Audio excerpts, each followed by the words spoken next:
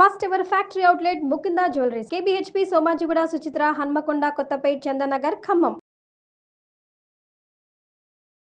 నమస్తే అమ్మా. నమస్తే అమ్మా. మనం కార్తీక మాసంలో Hmm. తులసికి ప్రత్యేకమైన పూజ చేస్తాము. Hmm.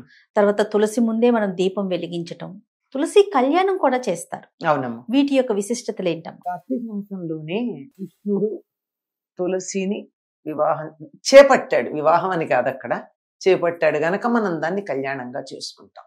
ఇది కార్తీక మాసంలో విష్ణువుకున్న పేరు దామోదరుడు కనుక ఈయన కార్తీక దామోదరుడు అన్న పేరుతో పిలుస్తాం. అవును. ఈ కార్తీక దామోదరుడు ఎక్కడుంటాడు? తులసి కోటలో ఉంటాడు.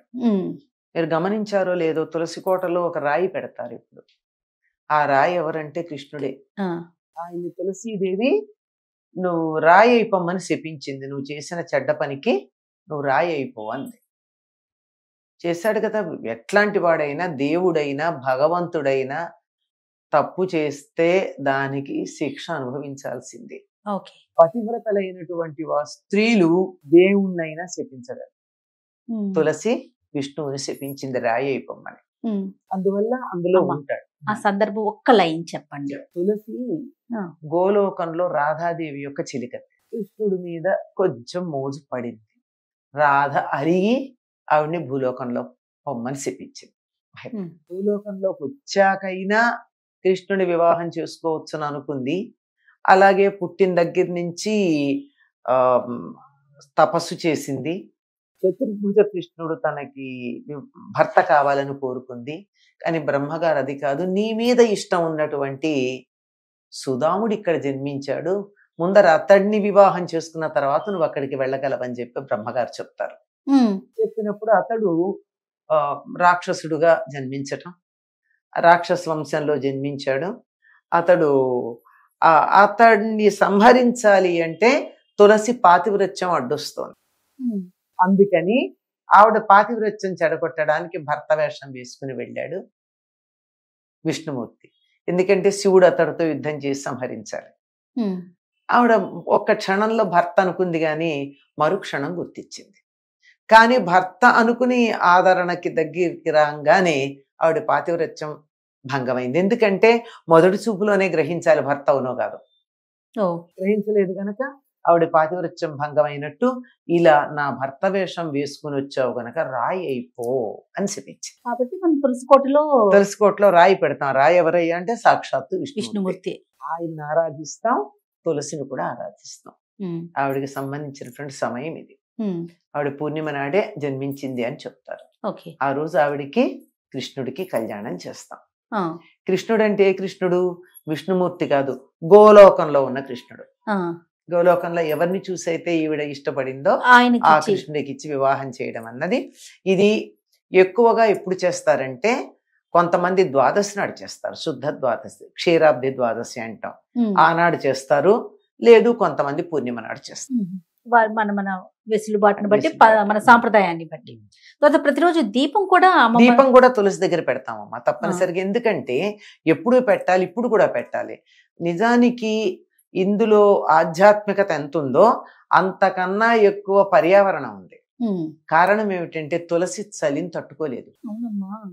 చలికాలం వచ్చిందంటే ఆకులు రాల్చేసి చిన్నాకులైపోయి దాన్ని నిద్రపోయిందంటారు. ఆ తర్వాత కాస్త ఎండ రాగానే కోలుకుంటుంది. అందుకని కింద తులసి కోటలో కింద దీపం పెట్టామనుకో ఆ వేడి దానికి చాలా, అంతకన్నా ఎక్కువ అక్కర్లా. అదొకటి ఉంది. రెండోది, శీతాకాలం వచ్చేటటువంటి అనేక రకాలైన చిన్న చిన్న జలుబు, దగ్గు లాంటివి ఉంటాయే, అవన్నీ తులసి గాలికి పోతాయి. అక్కడ స్నానం చేసి వచ్చి ఇక్కడ తులసి దగ్గర దీపం పెట్టేస్తే ఏ రకమైనటువంటి దోషం లేకుండా అయిపోతుంది. అసలు మామూలుగా కూడా ప్రతిరోజు తులసి దగ్గర దీపం పెట్టాలి. ఎక్కడ పెట్టరు అని కనీసం ఇప్పుడన్నా పెట్టండి అని చాలా గట్టిగా చెప్తారు అన్నమాట. ఈ వంకనన్నా పెట్టమని చెప్తారు తప్పనిసరిగా. తులసి తనని శపించినందుకు విష్ణుమూర్తి ఏం కోప్పడలేదమ్మా, కోపం తెచ్చుకోలే. ఎందుకంటే తాను చేసిన పని సరైంది కాదు. అయితే లోకోద్ధరణ కోసం చేశాడు, అది వేరే మాట. శంఖచూడు అనేటటువంటి వాడిని సంహరించాలంటే తులసి యొక్క పాతివ్రత్యం భంగం కావాలి. శంఖచూడు తులసి యొక్క భర్త దానవరాజు. కానీ వాడు కూడా కృష్ణ భక్తుడు. వాడి కృష్ణ కవచం అవుతుంది మెడలో. అది ఉన్నంత కాలం వాడిని ఎవరు ఏం చేయలేరు. అంచేత బ్రాహ్మణ వేషం వేసుకెళ్లి అది అడిగి తీసుకున్నాడు. ఆ, ఆ తర్వాత వెళ్లి తులసిని ఈ రకంగా మోసం చేశాడు. కానీ తను రెండు తప్పులు చేసినందుకు శపించింది, తప్పేం లేదు. ఆ, అందువల్ల ఏమీ అనలేదు. పైగా నువ్వు పరమ పవిత్రురాలివవుతావు అని చెప్పాడు. ఆ, తర్వాత నీ వెంట్రుకలు ఏవైతే ఉన్నాయో అవి చెట్టుగా ఆవిర్భవిస్తాయి, తులసి చెట్టు అనే పేరుతో ఉంటుంది, అందరి చేత పూజనీయురాలు అవుతావు నీ స్వచ్ఛమైనటువంటి ప్రవర్తన కారణంగా.